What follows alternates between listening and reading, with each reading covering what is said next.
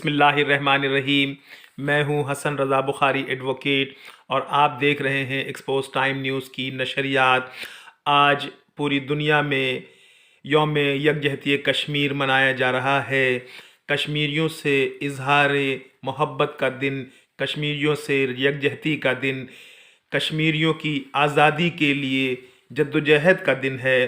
عالم اسلام اقوام متحدہ کے ساتھ ساتھ انسانی حقوق کے علمداروں کی پراسرار خاموشی کی وجہ سے کشمیر لہو لہو ہے۔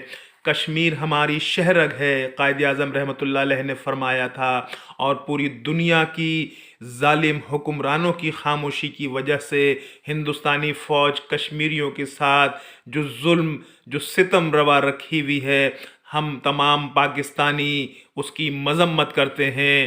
ہم اقوام عالم سے، اقوام متحدہ سے، OIC سے، حقوق انسانی کے علمبرداروں سے مطالبہ کرتے ہیں کہ وہ اپنی پراسرار خاموشی توڑیں اور کشمیر کی آزادی کے پروانوں کے ساتھ شامل ہوں۔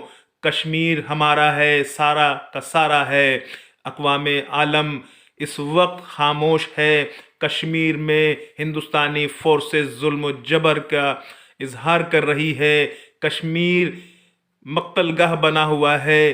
جنت نظیر وادی میں جس طرح سے ظلم روا رکھا جا رہا ہے، پوری دنیا میں آج کشمیریوں سے اظہار یکجہتی کے لیے موقع ہے کہ ہم اس موقع کو فائدہ اٹھاتے ہوئے پوری دنیا میں کشمیریوں کے حقوق کے لیے صحیح ترجمانی کریں اور پوری دنیا کو یہ باور کرائیں کہ وہ ہندوستانی فورسز کے اوپر جو ظلم کر رہی ہے کشمیریوں پر، اس کے حوالے سے وہ اپنا کردار ادا کریں۔ کشمیریوں کے ساتھ جو ظلم ہو رہا ہے اس کی مثال نہیں ملتی۔ پوری دنیا میں مسلمانوں کے ساتھ، خاص طور پر کشمیر میں، بوسینہ میں، فلسطین میں، اسرائیل نے جس طرح سے ہندوستان نے ظلم اور جبر کیا ہے، دنیا کو یہ سمجھنا چاہیے کہ ظلم اور جبر سے وہ کشمیریوں کو زیادہ دن قید و بند میں نہیں رکھ سکیں گے۔ ایک دن انشاءاللہ کشمیر آزاد ہوگا اور ہمارے ساتھ ہوگا۔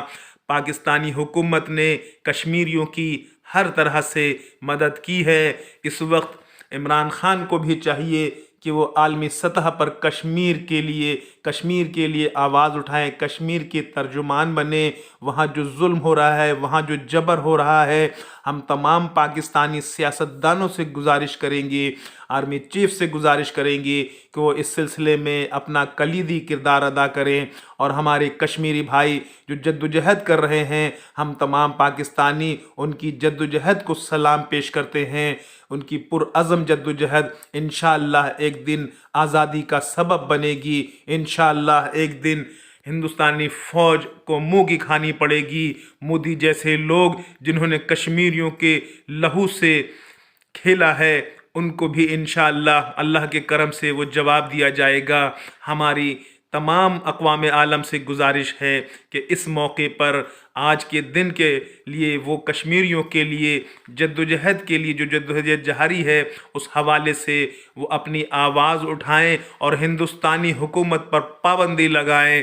جس طرح سے مسلمانوں کے ساتھ وہ پابندی لگاتے ہیں، مسلم کنٹریز میں پابندی لگاتے ہیں، اسی طرح سے ہندوستانی جابر حکومت کے خلاف پابندی لگائیں، ان کا سماجی سیاسی بائیکاٹ کریں تاکہ وہ کشمیر سے نکل جائے۔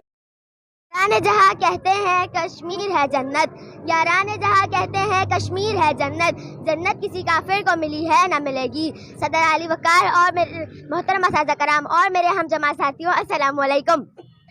پیارے دوستو، آج مجھے جس موضوع پر رخ کشائی کرنے کا موقع ملا ہے، اس کا عنوان ہے یوم کشمیر۔ پاکستان کو آزاد ہوئے 75 برس بیت گئے اور ہر پاکستانی کو اپنے آپ کو پاکستانی کہنے میں بڑا فخر محسوس ہوتا ہے، آج بھی کشمیری عوام محمد بن قاسم اور ٹیپو سلطان جیسے لیڈر کا انتظار کر رہی ہے کہ وہ آئے اور ان کو آزاد کروائے۔ ہاتھوں میں پتھر لیے شہزادیاں کشمیر کی، ہاتھوں میں پتھر لیے شہزادیاں کشمیر کی، ڈھونڈنے نکلی ہے آزادیاں کشمیر کی۔